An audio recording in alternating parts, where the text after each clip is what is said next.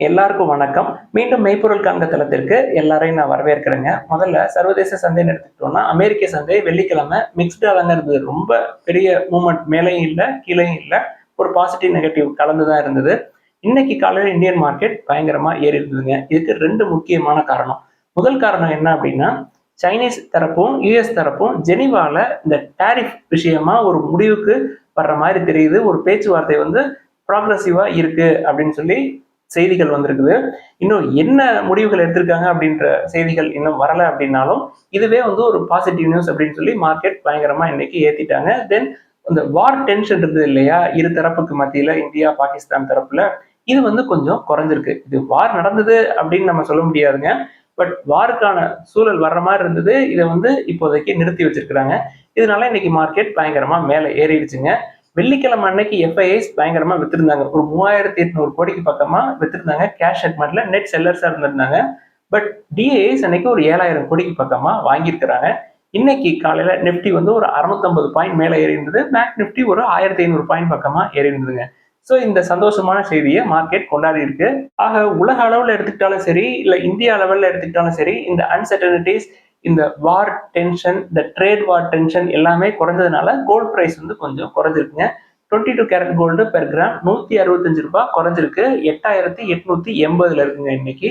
Friend crude எடுத்துக்கிட்டோம்னா நம்ம கடைசியா பார்த்தப்ப $63 பக்கமா பார்த்தோம் ஒரு 1 வீக் முன்னாடி. இப்போ $65 கொஞ்சம் க்ளோஸா இருக்கு. 64.26 யூஎஸ் டாலரா இருக்குங்க ஒரு பேரல்.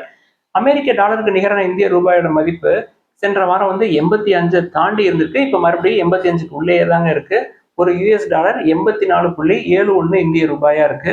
அடுத்து இன்னைக்கு அப்டேட்ஸ்குள்ள போயிடலாங்க. ஃபர்ஸ்ட் அப்டேட்டே கோல்டு தான்.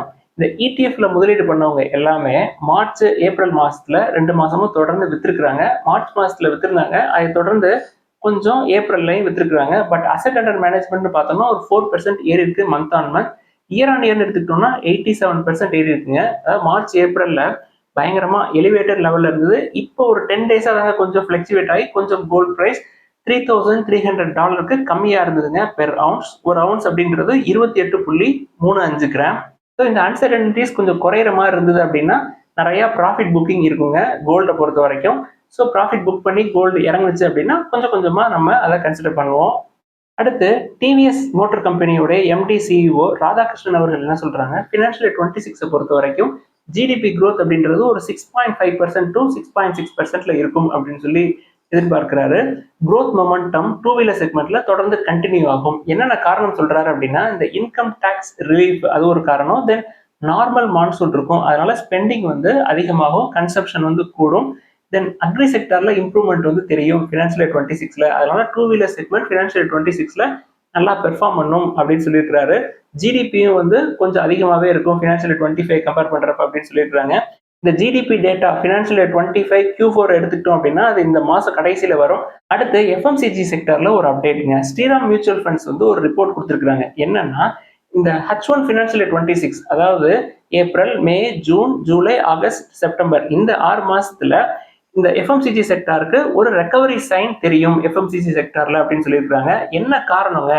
கடைசி ஒரு 4-5 வருஷமா அவங்களுக்கு இன்ஃபிளேஷன் அதிகமா இருந்ததுனால இந்த இன்புட் காஸ்ட் நிறைய இருந்தது, ரா மெட்டீரியல் காஸ்ட் அதிகமா இருந்தது. அதனால அவங்களோட மார்ஜின்ஸ் வந்து அஃபெக்ட் ஆச்சு. ஸோ இன்ஃபிளேஷன் தொடர்ந்து குறையிறது வந்து இந்த எஃப்எம்சிஜி செக்டர்ல ரெக்கவரி ஆகிறதுக்கு ஒரு வாய்ப்பு இருக்கு அப்படின்னு சொல்றாங்க. ஸோ இன்னும் ஒரு 6 மந்த்ஸ் ஆகும் எஃப்எம்சிஜியை பொறுத்த வரைக்கும் ரெக்கவரி ஆகிறதுக்கு அப்படின்னு எடுத்துக்கலாம். அடுத்து பயோகான்ல ஒரு அப்டேட்டுங்க. பயோகானோட டோட்டல் ரெவன்யூ எடுத்துக்கிட்டோம் அப்படின்னா இவங்க யூஎஸ்ல பிசினஸ் பண்ணுவாங்க இல்லையா, யூஎஸோட மார்க்கெட் ஷேர் அப்படின்றது இவங்களுக்கு தொடர்ந்து ஏறிக்கிட்டே இருக்கு. இவங்களோட ரெவன்யூ ஸ்பிளிட் அப் எடுத்து பார்த்தோம் அப்படின்னா ஜெனரிக் ஃபார்முலேஷன், பயோசிமிலர்ஸ் அண்ட் ரிசர்ச் இது 3 தான் இருக்கும். இதுல இந்த ஜெனரிக்ஸ் எடுத்துக்கிட்டோம் அப்படின்னா யூஎஸ்ல இவங்களுக்கு வர்ற ரெவன்யூ அப்படின்றது டோட்டல் ரெவன்யூல 1/3 இருக்குங்க.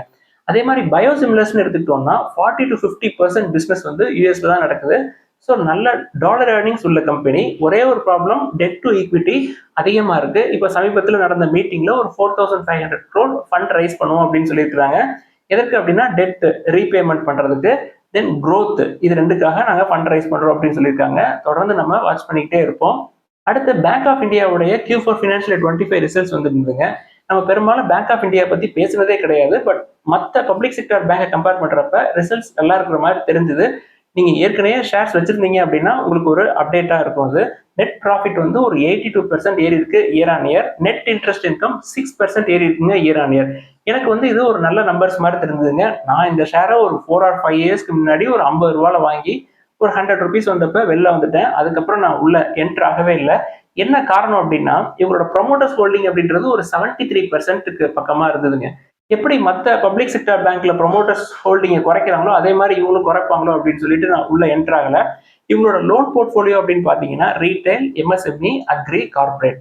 இதுல ரீட்டைல் லோன் வந்து 19% ஏறி இருக்கு year on year. Then MSME 18% growth, agri sector ஒரு 16% growth, கார்பரேட் ஒரு 9.5% growthங்க. எல்லாமே இயர் ஆன் இயர் நல்ல நம்பர்ஸ் கொடுத்துருக்காங்க. இதுல கார்பரேட்டை தவிர மிச்ச எல்லாமே டபுள் டிஜிட் growth. டெபாசிட்ஸும் டபுள் டிஜிட் growthங்க. எனக்கு அதுதான் ஆச்சரியம். 10.65% year on year deposit grow ஆயிருக்குது. அசெட் குவாலிட்டி இம்ப்ரூவ் ஆயிருக்கு. Net NPA 40 base points குறைச்சிருக்காங்க. Capital adequacy ratio 17.77 இருக்குங்க. கம்பெனியோட வேல்யூவேஷன் பார்த்தோம்னா பிரைஸ் டு புக் 0.72 இருக்கு. பிரைஸ் டு ஏர்னிங்ஸ் 5.89 இருக்குங்க. நல்ல வேல்யூவேஷன்ல தான் இருக்கு. நீங்க வச்சிருந்தீங்க அப்படின்னா தொடர்ந்து ஹோல்ட் பண்ணலாம். எஃப்ஐஐஸ் இன்க்ரீஸ் பண்ணிருக்காங்க அவங்களோட ஸ்டேக்கை. டிவிடெண்ட் ஒரு ஷேருக்கு 4 ரூபாய் 5 காசு கொடுக்குறாங்க. அதே மாதிரி கோல் இந்தியாவுடைய Q4 ஃபினான்ஷியல் 25 ரிசல்ட்ஸ் எடுத்துக்கிட்டோம்னா நெட் ப்ராஃபிட் வந்து 12% ஏறி இருக்குங்க. பட் ரெவன்யூ 1% டிக்ளைன் ஆயிருக்கு. டிவிடெண்ட் வந்து ஒரு 5 ரூபாய் 15 காசு ஒரு ஷேருக்கு கொடுக்குறாங்க. இந்த குவார்டர் பொறுத்த வரைக்கும் Q4ல ரா கோல் ப்ரொடக்ஷன் அப்படின்றது ஒரு 1.7% குறைஞ்சிருக்கு இயர் ஆன் இயர்.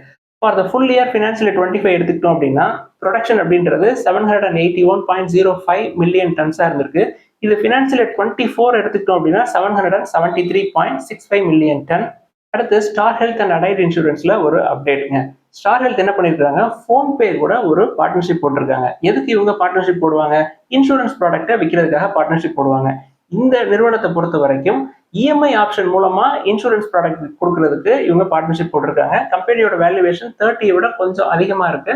எஃப்ஐஐஸ் அவங்களோட ஹோல்டிங்ஸை கொஞ்சம் கூட்டிருக்காங்க. கம்பெனியோட ப்ராஃபிட் Q4 பொறுத்த வரைக்கும் 100% இறங்கி இருந்தது. ஸோ தொடர்ந்து நம்ம வாட்ச் பண்ணுவோம். 30 கீழே வர்றப்ப தேவைப்பட்டா நம்ம கன்சிடர் பண்ணிக்கலாம். அடுத்து ஹிந்துஸ்தான் கன்ஸ்ட்ரக்ஷன் கம்பெனியோட Q4 ஃபினான்ஷியல் 25 எடுத்துக்கிட்டோம் அப்படின்னா consolidated net profit 63% year on year குறைஞ்சிருக்குங்க. 90 crores இருக்கு. இது Q4 ஃபினான்ஷியல் 24ல 246 crores இருந்திருக்கு.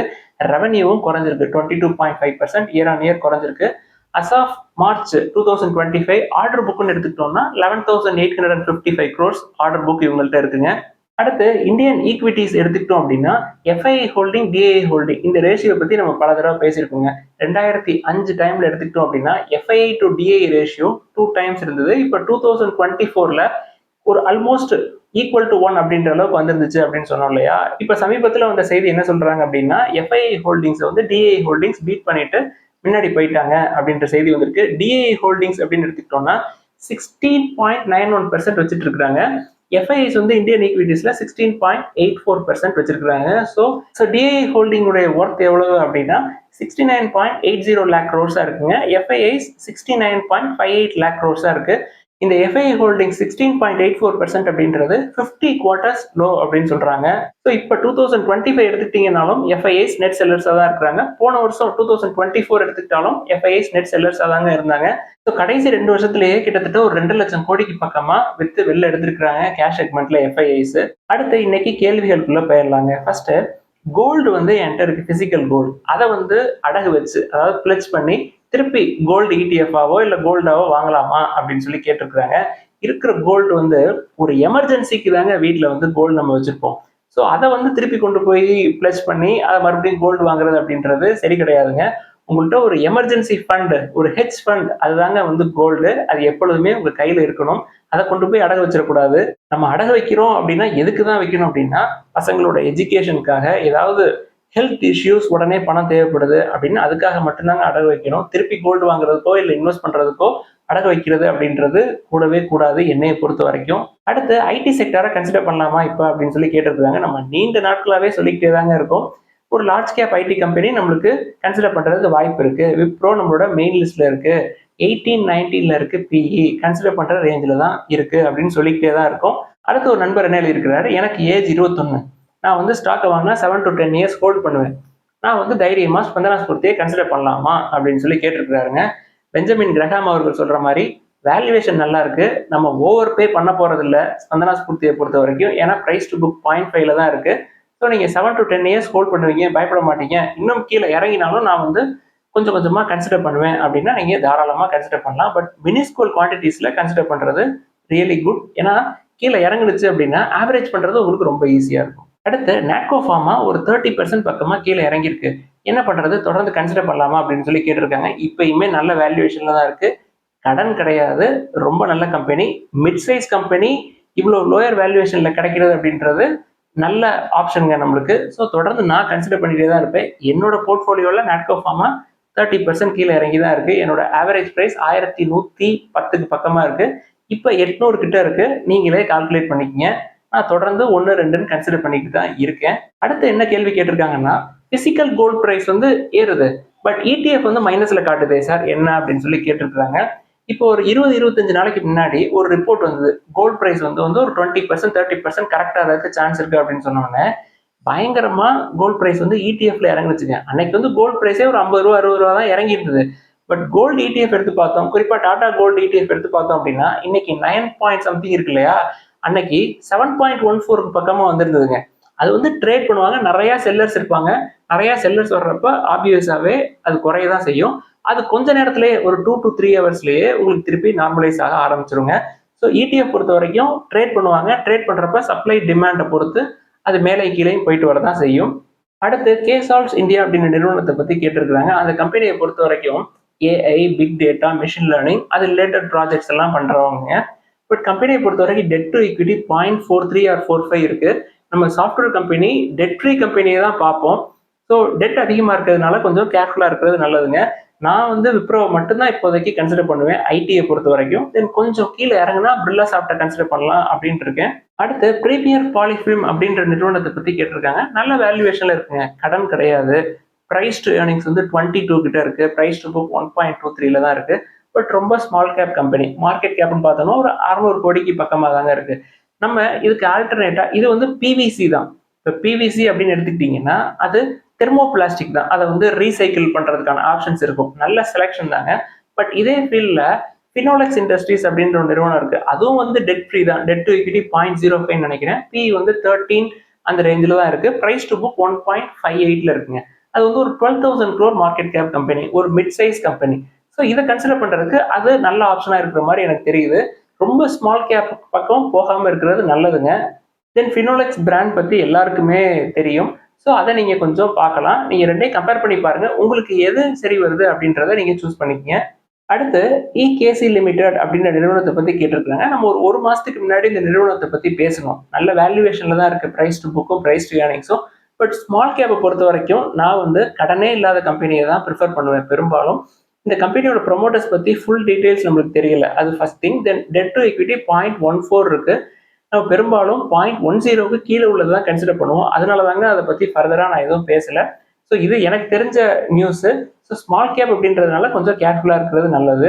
ஸோ ஓவராலா இன்னைக்கு மார்க்கெட்னு பார்த்தோம்னா பயங்கரமா ஏற்றிருக்குறாங்க. நிஃப்டி 50, பேங்க் நிஃப்டி எல்லாமே ஏறி இருக்கு. ஸோ இன்னைக்கு நம்ம கை கட்டிட்டு என்ன நடக்குது அப்படின்னு சொல்லி ஜாலியாக வாட்ச் பண்ண வேண்டியதுதான். இதெல்லாம் தான் இன்னைக்கு டிஸ்கஸ் பண்ணணும்னு நினைச்சோம். ஏதாவது சந்தேகங்கள் கேள்விகள் இருந்தால் எல்லாத்தையும் எழுதுங்க. தொடர்ந்து டிஸ்கஸ் பண்ணுவோம். எல்லாருக்கும் நன்றி.